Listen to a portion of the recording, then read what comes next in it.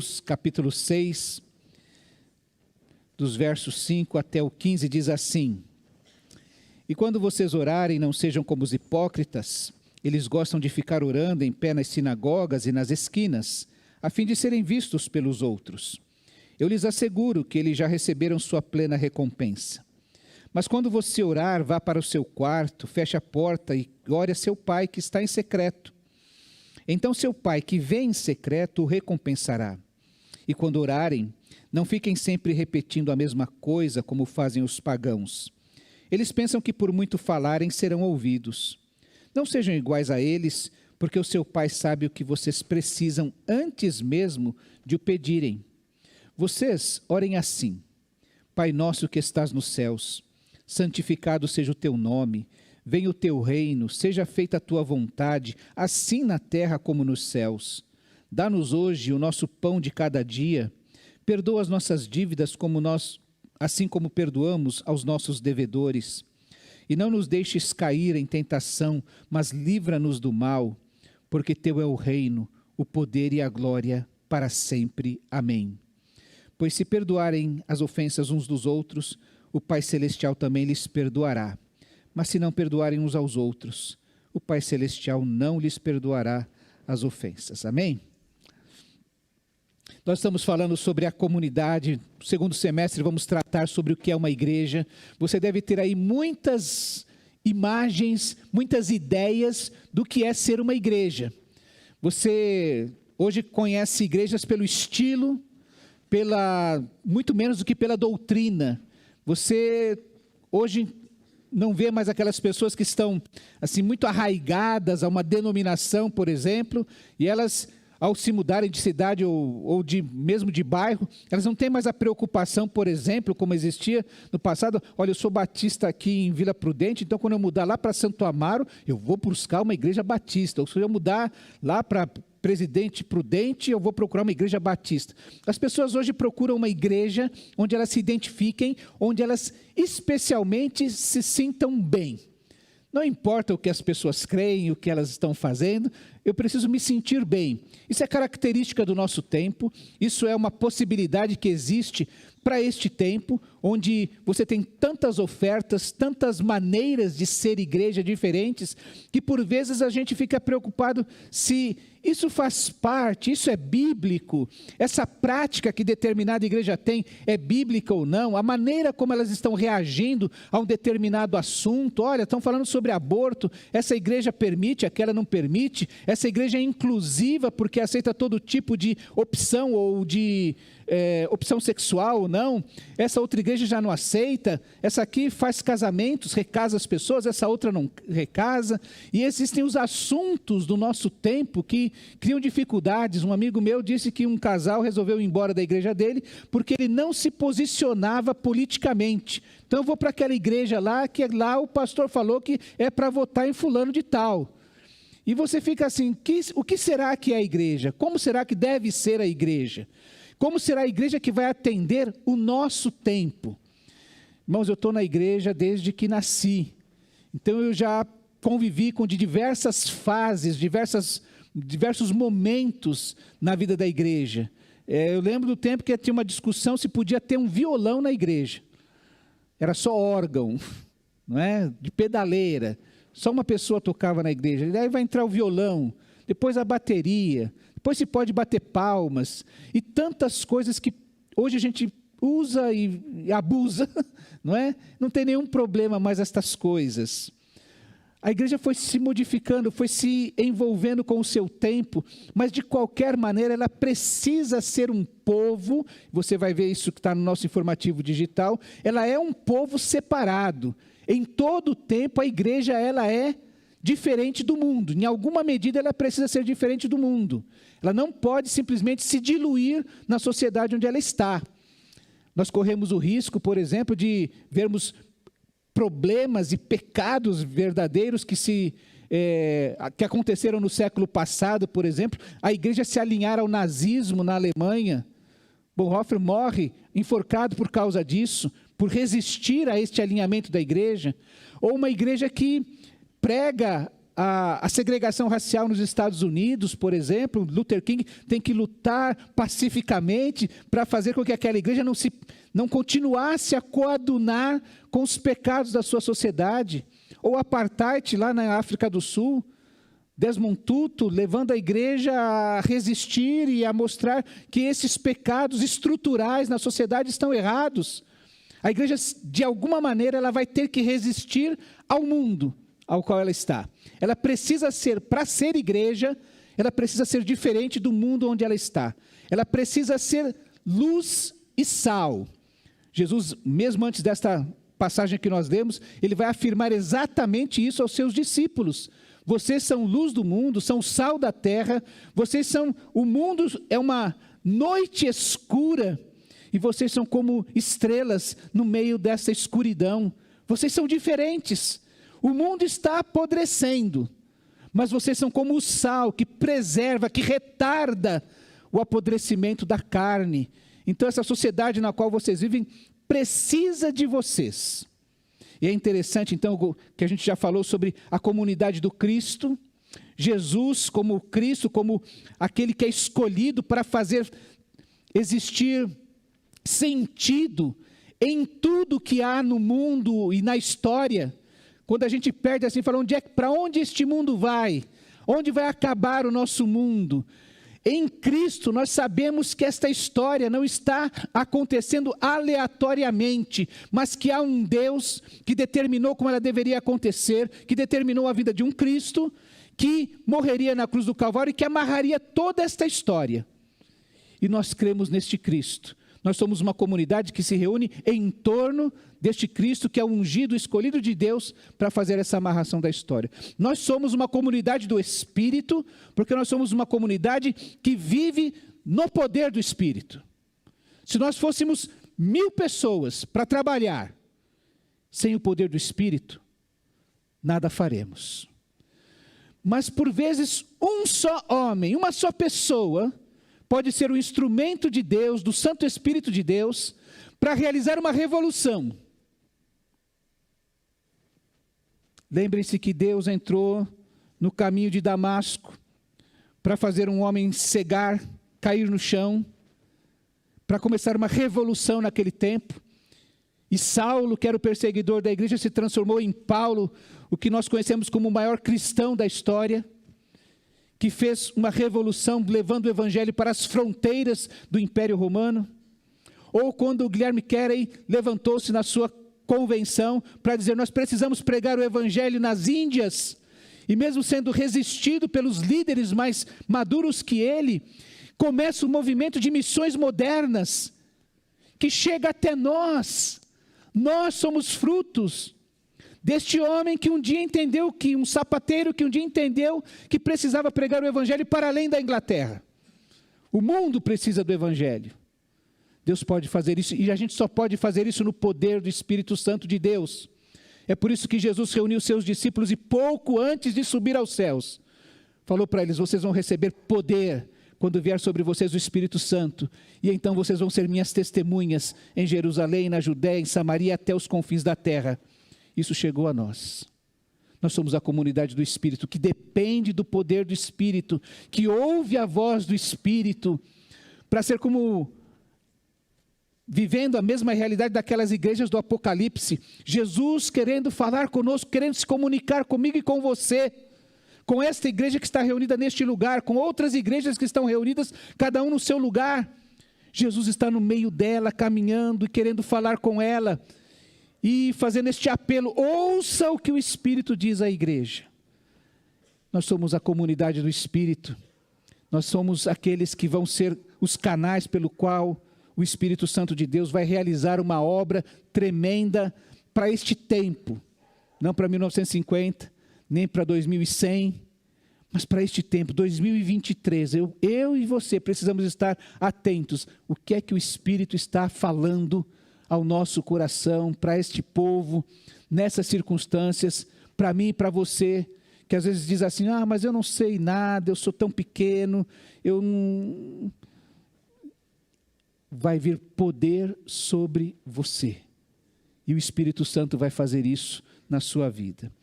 Hoje, eu queria falar com você sobre a comunidade do Pai.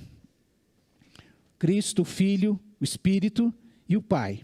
E hoje eu gostaria de pensar com você sobre o Pai. Existem pelo menos vários locais em que Deus é retratado como Pai, mas existem duas passagens especiais que nós lembramos imediatamente quando pensamos em Deus como Pai. Uma é a oração do Pai Nosso. Quando a gente vai fazer, por exemplo, um velório e as pessoas não são evangélicas exatamente, fazer a oração do Pai Nosso é uma coisa que une todo mundo. Da esquerda ou da direita, evangélica, não tem problema, evangélico ou não, qualquer religião ele sabe, e ele entende do que está sendo falado. E outro texto que fala sobre o Pai é a história do filho pródigo, que todo mundo lembra rapidamente. Eu queria pensar com você primeiro nesse trecho em que Deus é retratado como Pai, dentro do Sermão do Monte. Lembre-se que o Sermão do Monte, Mateus registra aquilo que Jesus repetiu diversas vezes, em vários lugares, os seus ensinos. Ele faz uma coletânea e ficou transformado nisso que nós conhecemos como Sermão do Monte. Então Lucas, por exemplo, Mateus não registra aqui, mas Lucas vai registrar que a oração do Pai Nosso foi proferida, foi ensinada depois dos seus discípulos pedirem a Jesus que os ensinassem a orar. Jesus foi orar, depois de voltar da oração, de um lugar secreto, separado da oração, eles voltam e perguntam, ensina-nos a orar como João ensinou os seus discípulos. A oração, então, é essa marca de uma comunidade. A gente ora ao Pai pela mediação do Espírito e em nome de Jesus. A gente ora em nome de Jesus porque a gente não pede nada ao Pai, o Pai concede nada a nós, porque mereçamos, porque somos bons, porque temos uma oração forte, poderosa ou coisa parecida. Deus ouve a nossa oração porque nós a fazemos em nome de Jesus. E foi assim que Jesus ensinou, vocês quando orarem, falem ao Pai e peçam em meu nome e o Pai vai atender. O Espírito precisa nos guiar nessa caminhada de oração, de contato com Deus, para que a gente não se perca como os pagãos ou como os fariseus hipócritas que Jesus relata nesse texto. Mas nós falamos com o Pai. E nós falamos com o Pai porque isso é uma novidade que surge com Jesus. A comunidade do Pai é uma comunidade que ora ao Pai. É preciso guardar isso, que quando nós falamos, vamos orar pelas festas das nações, vamos orar como oramos pela EBF, vamos orar pelo Natal, vamos orar pelo doente, vamos orar pelo casamento de fulano, vamos orar pelo emprego de Beltrano, nós estamos falando que nós vamos buscar o Pai, vamos atrás dele, como Jesus disse, olha, busquem, batam, peçam, porque se vocês que são maus sabem dar coisas boas a seus filhos, quanto mais o Pai Celestial dará coisas boas aos que lhe pedirem. Então nós precisamos orar ao Pai. É uma comunidade que ora assim, porque Jesus nos ensinou a orar assim. E aí parece um purismo da parte do pastor, falar assim, você precisa orar ao Pai, não ao Espírito, por exemplo. Porque Jesus ensinou a orar ao Pai. E é assim que a gente fala com Ele, é assim que a gente busca a Deus. E orar é uma comunidade que ora ao Pai porque os próprios discípulos, como nós dissemos, perceberam, entenderam esta importância. Lá em Lucas, que está registrado, Jesus tinha ido orar, se ficou um tempo orando. E ele diz que Jesus estava orando em determinado lugar, e tendo terminado, um dos seus discípulos lhes disse, Senhor, ensina-nos a orar, como João ensinou os seus discípulos. E a gente começa a estudar a vida de Jesus e percebe a importância que Jesus dava à oração. No início do seu ministério, a Bíblia registra que o Espírito Santo levou ao deserto para ficar ali 40 dias em oração e jejum, para então dar início ao seu ministério. Quando ele vai escolher os seus 12 apóstolos, os seus 12 discípulos mais próximos, ele passa a noite orando para tomar esta decisão. Quando ele está se despedindo dos seus discípulos, naquela ceia, ele termina com uma oração chamada de oração sacerdotal, em que ele intercede pelos seus discípulos. Quando ele percebe que o inimigo está cirandando, está cercando Pedro, com as suas tentações, com os erros de raciocínio, Jesus diz: eu orei por você, eu roguei por você. A oração é importante na vida de Jesus como seu exemplo e como ensinamento, e os seus discípulos perceberam isso. Então nós precisamos ser uma comunidade que ora ao Pai, que busca o Pai, porque o nosso Senhor Jesus nos ensinou que devemos fazer assim, e Ele nos deu o exemplo de como devemos fazer assim. A oração, ela vai produzir mais intimidade e dependência do Pai. A gente quer conhecer mais a Deus, precisa ler a Bíblia, estudar a Bíblia, baixar a cabeça e marcar a Bíblia, e fazer anotações, é importante isso, mas também é importante investir tempo na oração. Essa oração ao Pai, que vai criando intimidade. E essa oração íntima é uma denúncia, ela denuncia a nossa hipocrisia. É por isso que Jesus diz que quando vocês orarem, não sejam como os hipócritas, porque não há coerência entre a oração e a hipocrisia. A hipócrita ou hipocrisia, uma palavra que vem do latim, do grego, foi se formando assim, e falava sobre uma máscara que os atores de teatro antigo usavam para representar determinados personagens. Então ele ia ser um rei, ele punha uma máscara de um rei, um homem podia interpretar uma mulher, ele colocava uma máscara de mulher. Isso se refere então a estas máscaras que podem criar representações. O hipócrita é aquele que oculta a sua verdadeira personalidade para poder, com a máscara da aparência. Pessoas que representam isso, por conseguinte, lembra de pessoas que representam ou que fingem comportamentos. Então, é mais ou menos como se isso já acontece, já vi essas histórias sendo contadas, né? A pessoa está na igreja, final de Copa do Mundo, e ele lá sentado no meio da multidão da igreja, ou final de um campeonato do seu time, ele lá no meio do povo da igreja, e o pastor pregando e tudo, daqui a pouco o irmão lá no radinho, quietinho, ouvindo, gol do Brasil, no meio do culto. Está aqui, sentado com todo mundo, quietinho. Mas lá, hoje já está mais fácil, que você tem até fone de ouvido, dá para esconder, não tem nem mais fio, né? Mas essa ideia de que as aparências enganam, e na oração não é possível. A oração denuncia a nossa hipocrisia. Eu tenho uma oração meio padrão, quando eu vou almoçar, jantar, né? Senhor, abençoe este alimento, me perdoa os meus pecados, me ajuda. E daqui a pouco eu percebo que eu estou fazendo uma oração tão rápida, que é uma oração pro forma, que eu mesmo acho que não vale. Deixa eu parar com calma para poder orar direito. A oração, ela denuncia a nossa hipocrisia. Ela denuncia que a gente não está percebendo com quem está falando. E você sabe que você que é pai, e você que é filho também, já passou por isso, de seu pai falar assim: fulano, está muito quieto. E ele já fala assim: fulano, o que você está aprontando? Não é? Porque mesmo sem a gente falar, nosso pai sabe quem nós somos. E a oração é a hora que a gente chega diante de Deus, e Deus sabe, como Jesus disse, antes de nós pedirmos, quais são as nossas intenções.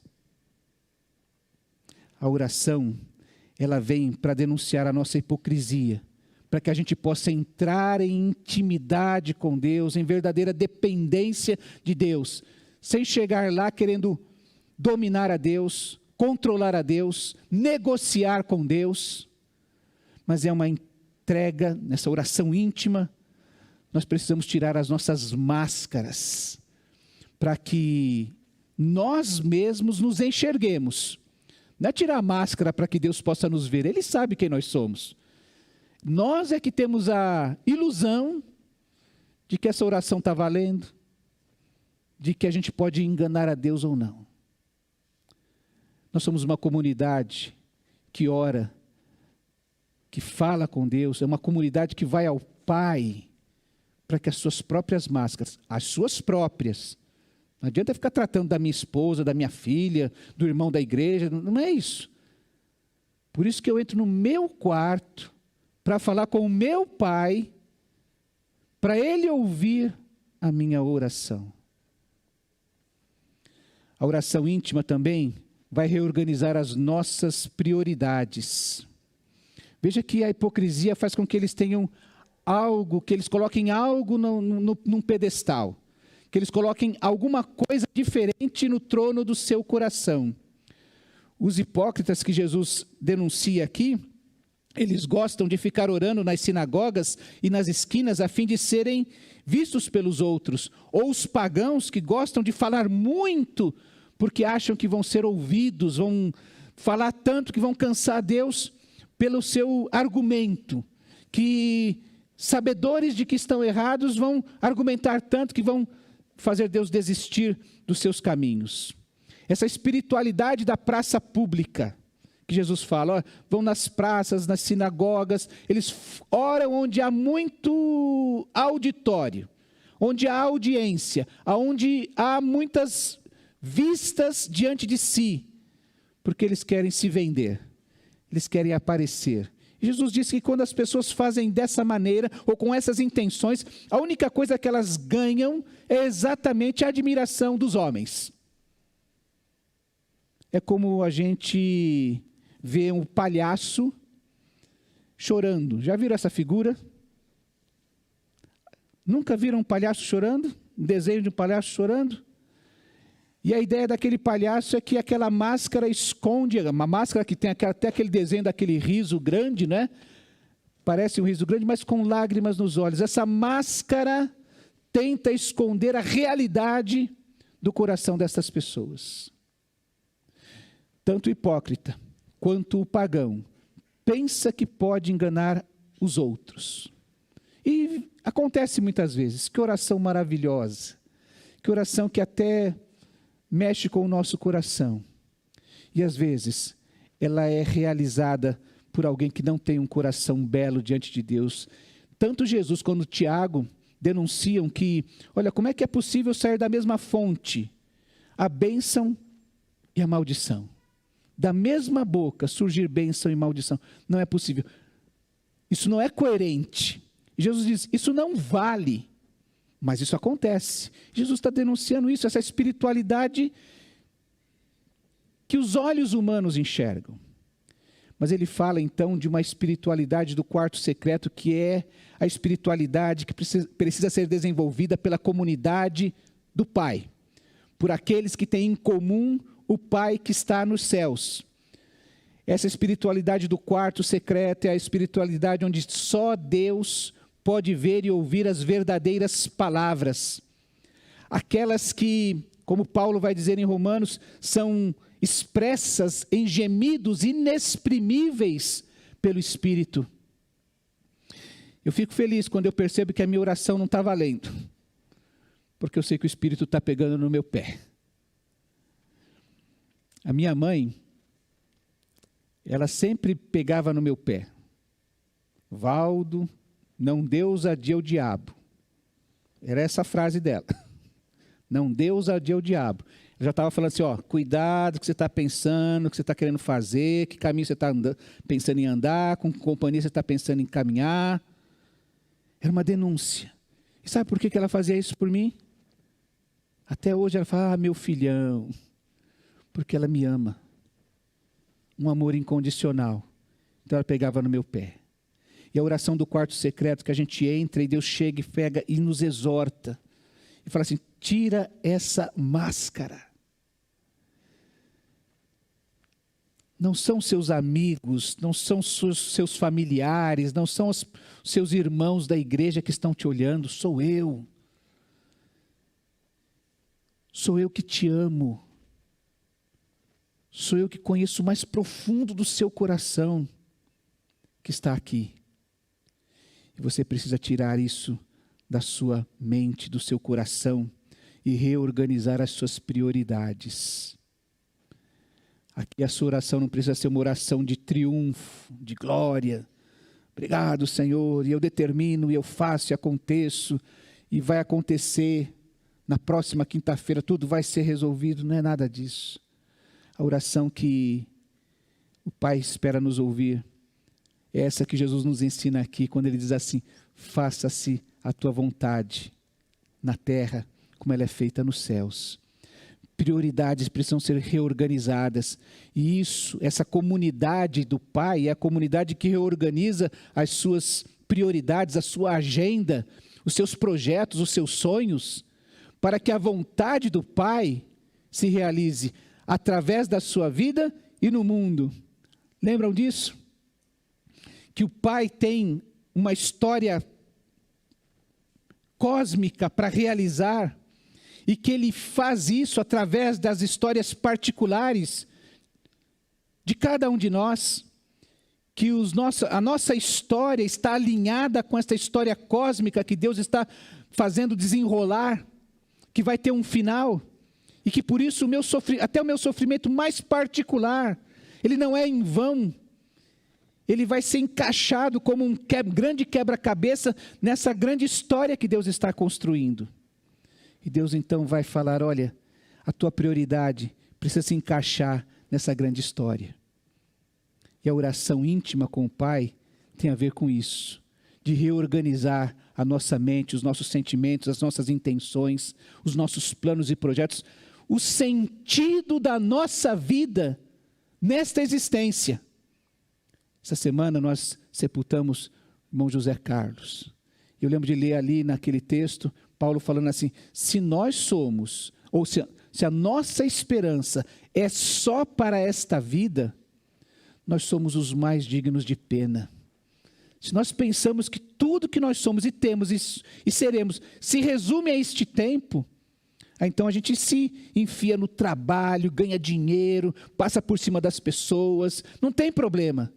Agora, se eu entendo que eu vou prestar contas a Deus da minha vida, que há uma eternidade para ser vivida, eu vou entender quando Jesus diz assim: ajuntem tesouros nos céus, onde a traça e a ferrugem não minam, onde o ladrão não rouba. Eu sei que eu preciso pensar não somente para este tempo, para esses 80, 90 anos aí, e alguns nem chegarão a isso. Quantos nós temos visto aqui, quando eu falo sobre o sofrimento deste ano, crianças que faleceram. Eu ontem, na convenção, encontrei com um pastor, e ele falou: você lembra do irmão Johnston Viana? Eu falei: lembro. Como é que ele está? Ele gostava tanto de você. Eu falei: porque gostava, não gosta mais? Ele falou: não, ele faleceu de Covid. Um homem maravilhoso. Eu já contei para os irmãos aqui a respeito dele, um diácono que tinha calos nos joelhos de tanto orar. E ele falou: olha, ele foi uma morte tão bonita. A morte do crente é bonita. Até quando enfrenta sofrimento. Que ele teve Covid, foi levado para o hospital, e do hospital começou a dar orientações para a esposa. Olha, você vai pegar X valor, dar de oferta para a igreja, vai mandar X para isso, vai fazer isso com... E foi dando uma série de orientações e disse assim: eu sei que quando eu chegar lá eles vão me entubar. E eu não vou voltar. Ele reorganizou a sua vida nessa intimidade com o Pai. Tem gente que não vai chegar, o pastor Jones até falou, se ele não tivesse pegado Covid, ele ia passar de 100 anos tranquilo. Que com 95 anos ele ainda subia na torre da Rádio Record, ele era um eletricista daquele trabalho, daquela empresa. A gente é uma comunidade que busca essa intimidade com o Pai através da oração, para termos as nossas prioridades reorganizadas. Essa oração íntima que é um descanso, não por muito falar, mas por causa do fato de ser ouvido. A gente aprendeu hoje que falar é diferente de conversar, que entre o emissor e o receptor pode haver muita interferência, muitos ruídos. Por exemplo, a hipocrisia é um ruído. Quero falar com Deus, mas Ele não vai me ouvir, não vai me atender, porque tem um problema ali para ser resolvido. Mas dentro do quarto secreto, eu descanso porque eu sei que fui ouvido. Por vezes, posso não sair dali satisfeito no sentido de assim, olha, eu trouxe um problema para o pai aqui, e eu vou sair do quarto e eu vou continuar com o problema. Eu vou caminhar mais 6 meses, 1 ano com esse problema, mais 10 anos com esse problema. Mas ali, quando eu falei com ele, eu sei que eu fui ouvido. Existe uma figurinha que eu vi, que falava assim, muito bonita, mostrando o mundo todo, as luzes do mundo, nas cidades, tudo, e dizendo assim, 7 bilhões de vozes, e Deus reconhece a sua. 7 bilhões de pessoas no mundo, e Deus ouve a sua oração. Essa oração é que descansa a nossa alma. Você já pensou em Jesus? Porque ele está ensinando essas coisas para nós aqui, mas é esse Jesus que vai enfrentar essas dificuldades. Essa oração precisa então de tempo necessário para se desligar. E é por isso que Jesus diz, vá para o seu quarto secreto e feche a sua porta. Qual é a técnica? Eu vi esses dias, irmãos, uma imagem, uma mãe que colocou uma criança com um monte de brinquedos, aqueles brinquedos que ela põe na boca, brinca, tudo, e estava assim num tapete na sala, e a mãe falando com a criança, ô Mariazinha, e aí a criança olhava para a mãe, procurava onde estava a voz da mãe, e mastigando um dos brinquedos. E aí passou um cachorrinho, e a criança foi atrás do cachorro. E daqui a pouco voltou a mexer e ela chama de novo e a criança assim, super ligada em tudo que estava acontecendo. Aí esse vídeo queria mostrar quando a mãe ligou a televisão para essa criança. Essa criança, tum, e a mãe falava, Mariazinha, e a criança, o cachorro passava, voltava, e a criança só vidrada na televisão. O que eu ia falar com isso? Do lado contrário, a gente precisa ter esse foco em Deus.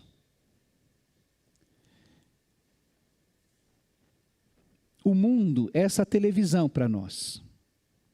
Ele fixa o nosso olhar e é aí que a gente se transforma no workaholic, que a gente faz da fama o nosso Deus, faz do sexo o nosso Deus, faz do dinheiro, mamon, o nosso Deus.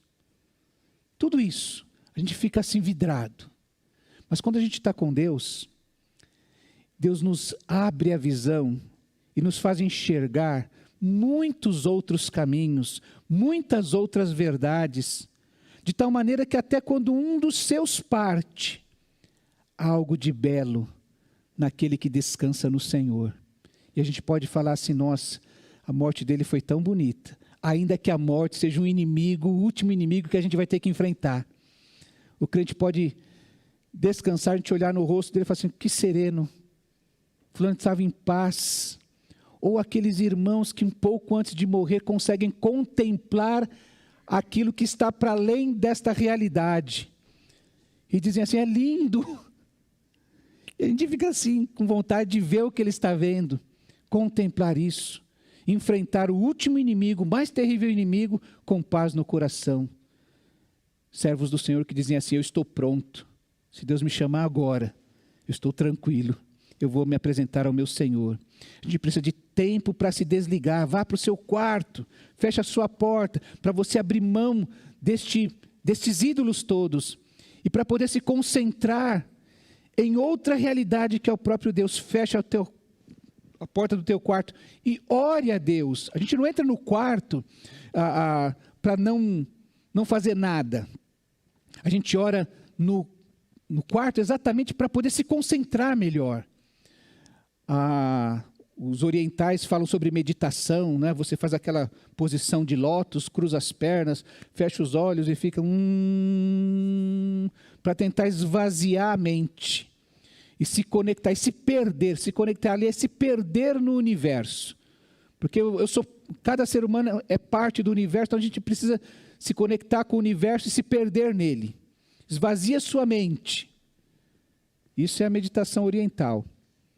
Mas a meditação cristã é exatamente o contrário. É concentração.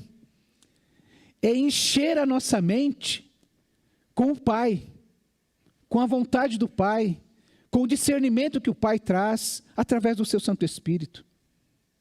Quando a gente pega Jesus, e aí eu vou novamente citar a palestra de hoje de manhã, é interessante que existe uma comunicação não violenta entre o Pai e Jesus. Porque Jesus é aquele que, quando Lucas registra, ou Mateus, Marcos, Lucas registram Jesus no Getsêmani, eles registram que Jesus eles observam que ele está começando a se entristecer e a se angustiar. Eles registram que o sentimento de Jesus, que Jesus mesmo fala, que o seu sentimento é de profunda tristeza, uma tristeza mortal. Registram que ele tem uma necessidade muito específica: fiquem aqui e vigiem comigo, eu preciso de companhia nesse tempo. E ele tem um pedido muito específico nessa relação com o Pai: se for possível, afasta de mim este cálice. No entanto, não seja como eu quero, mas como tu queres. Não se trata de fugir, mas de conversar com o Pai, num diálogo.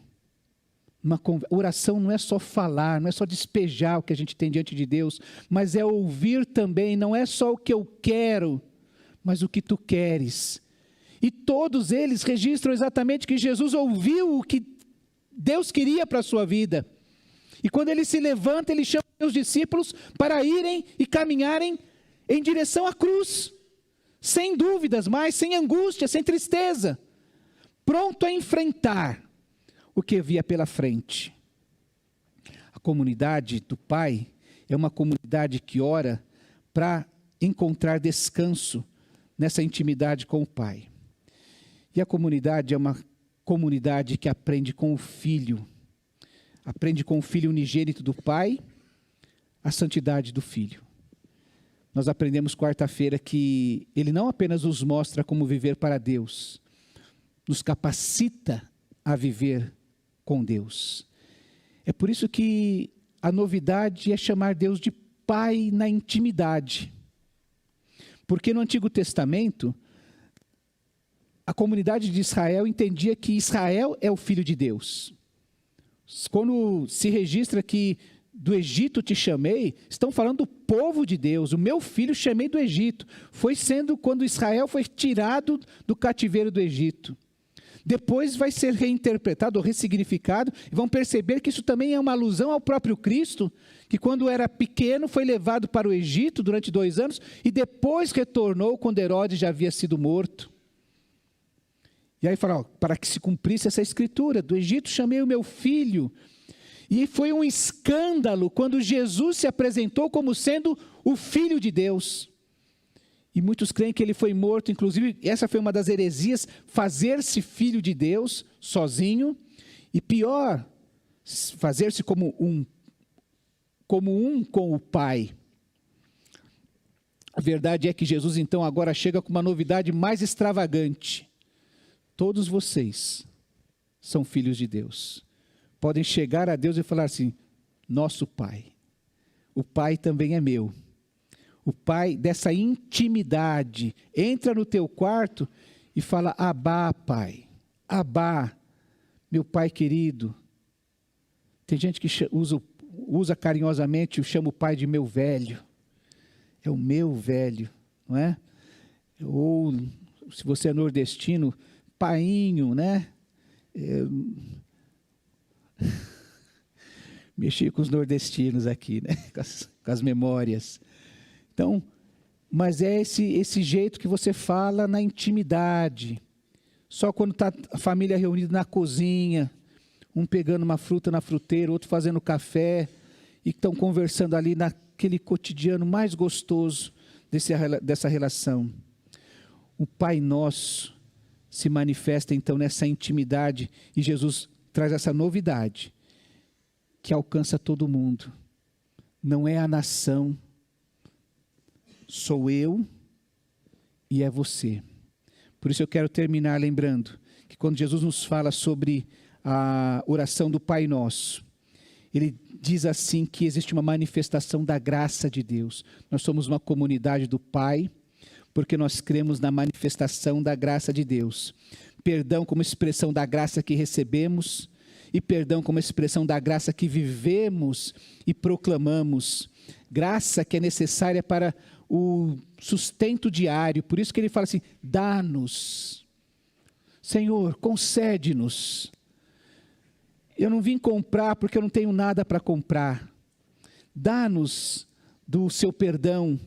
Perdoa as nossas dívidas. Não estou aqui comprando o seu perdão. Eu estou pedindo o seu perdão. Eu não estou aqui dizendo que é o meu braço que sustenta a minha vida, que são as minhas capacidades que contam, mas aquele pão que o Senhor nos concede. Nós somos uma comunidade que vive com o Pai pela graça que recebeu e distribui de graça. Como Jesus disse, vocês receberam de graça também deem a todos. A comunidade que vive nessa dependência de Deus, no sentido de que a dependência dos seus propósitos. Não nos deixes cair em tentação para que a gente não fuja daquilo que o Senhor planejou para a nossa vida. É este o pedido? Nós queremos depender do seu poder de nos proteger, do seu poder de nos salvar e do seu poder que coloca algo especial para a nossa vida. Quando nós oramos, seja feita a tua vontade, nós buscamos essa expressão do senhorio de Cristo, tanto particular como comunitário. Eu quero que a vontade de Deus se manifeste na minha vida. Eu quero que a vontade de Deus se manifeste na vida desta comunidade da qual eu faço parte, da minha família da fé. Eu quero que a vontade de Deus se manifeste no mundo, quando eu falo assim, gente, vocês estão caminhando perdidos para o inferno. E vocês precisam voltar o seu olhar, quebrantar o seu coração para um Deus amoroso, que quer fazer você, tratar você como um filho amado. Eu quero fazer parte, eu quero que essa vontade se manifeste, que a soberania de Deus que se manifesta no céu, onde tudo acontece de acordo com a sua vontade, aconteça aqui também, e se manifeste na minha vida nessa sabedoria. Venha o teu reino. Manifesta o teu reinado em meu coração. A comunidade do Pai é aquela que busca e manifesta essa intimidade com o Pai, baseado no exemplo de Jesus, baseado na sua condição de filho, baseado no reinado de Cristo no seu coração. Lembra-se que Paulo, quando escreve aos Romanos, diz, agora vocês são herdeiros de Deus, porque vocês foram feitos filhos, adotados na família dele, são herdeiros de Deus. E co-herdeiros com Cristo, intimidade com o Pai, porque agora eu sou filho. Talvez você tenha uma imagem muito ruim de pai, teu pai não tenha sido um exemplo, mas Deus é o exemplo do Pai perfeito. Não é para você fazer o contrário, jogar a figura do seu pai falho sobre Deus, mas trazer a figura de Deus como Pai perfeito para a sua vida. Dessa graça, nós vamos ao Pai, não porque merecemos, mas para pedir. Como crianças, Pai, me dá isso, Pai, me compra aquilo. Já foi com seu filho numa loja de departamentos de brinquedos próximo do Natal? E aí eles querem aquela boneca, a primeira, aquela outra boneca, e cada prateleira tem um brinquedo que eles querem, e eles acham que a gente pode comprar todos, né? Não é assim? Como é bom quando eu era só filho, e abria a geladeira e tinha tudo que eu gostava. Não é? Nosso Pai quer nos tratar assim. A gente vai ao Pai para pedir, porque a gente depende dEle, do poder dEle, para viver uma vida vitoriosa. Depende do senhorio dEle, para que a sua vontade seja manifestada na nossa vida e glorifique ao Pai. Nós somos a comunidade do Pai. Nós vamos ao Pai porque Deus nos trata como filhos, não como escravos, não como servos. Eu já não vos chamo de servos, mas de amigos. Quando a gente chega e volta para Deus, Deus nos recebe como o pai do filho pródigo. Nos abraça, nos toma nos seus braços, nos dá roupas novas, nos dá um lugar de honra e oferece um banquete íntimo com Ele. Eu quero convidar você a fechar os teus olhos nesta hora e orar. E pedir a Deus que manifeste-se na sua vida de uma maneira especial. Se a tua vida não está refletindo este relacionamento com o Pai, se você está parecendo um filho pródigo, ou se você hoje se encontra como aquele filho que ficou em casa, mas que não conseguia ter uma comunhão íntima com seu pai, que não entendia a vontade do seu pai. Esse é o nosso momento de voltarmos o nosso olhar para esse Pai, que está aqui de braços abertos, pronto para ouvir a nossa oração. Pai nosso, faz a tua vontade.